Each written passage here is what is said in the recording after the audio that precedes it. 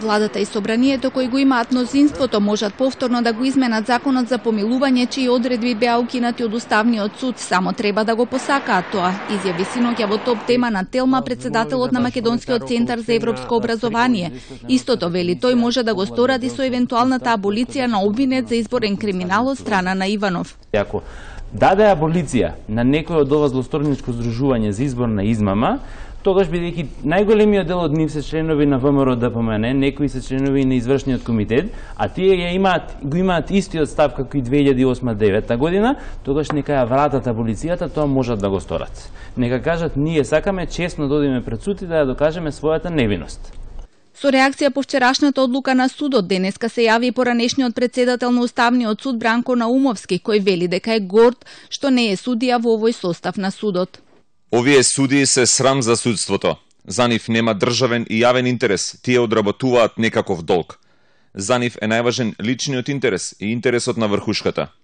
Наумовски тврди дека укинувањето на одредбите итно му требаше на Груевски за евентуално негово аболирање. Смета и дека по изборите, ако ги добие повторно истата партија, ќе следи иницијатива за укинување на специјалното јавно обвинителство, за да може да бидат спасени сите кои би биле обвинети или осудени за изборни манипулации.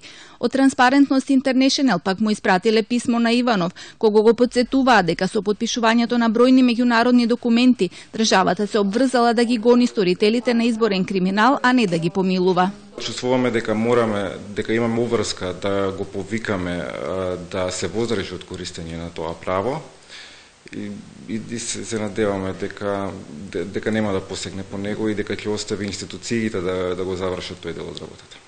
И либерал-демократите го повикаа Иванов да се изјасни дали ќе биде директниот и последен соучесник во уривањето на уставниот поредок. Дали е подготвен дефинитивно да ја заземе својата улога на джелат на државата или ќе постапи по логиката на правото и правдата?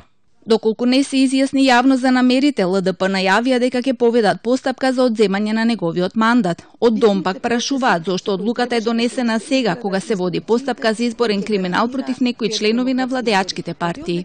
Зарем тоа не е индиректно признание од власта дека се навистина направени изборни нерегуларности и изборен криминал во изминатите изборни циклуси? Директорот на Мегеш исто така најави санкции против Иванов затоа што со измените се дава можност за помилување на педофили. Има и предлози да се забрани на председателот сите детски манифестации и младински манифестации да бидат поддржани од негова страна. Се огласи и народниот правобранител кој изрази загриженост за можноста да се помилуваат педофили. Вели дека со ова се доведуваат во прашање слободите и правата на децата, но и се уриваат сите досегашни реформи, вклучително и регистарот на педофили. Од кабинетот на Иванов вчера преку соопштение најавија дека председателот во извршувањето на оваа негова ингеренција ќе се води исклучиво според одредбите од законот за помилување.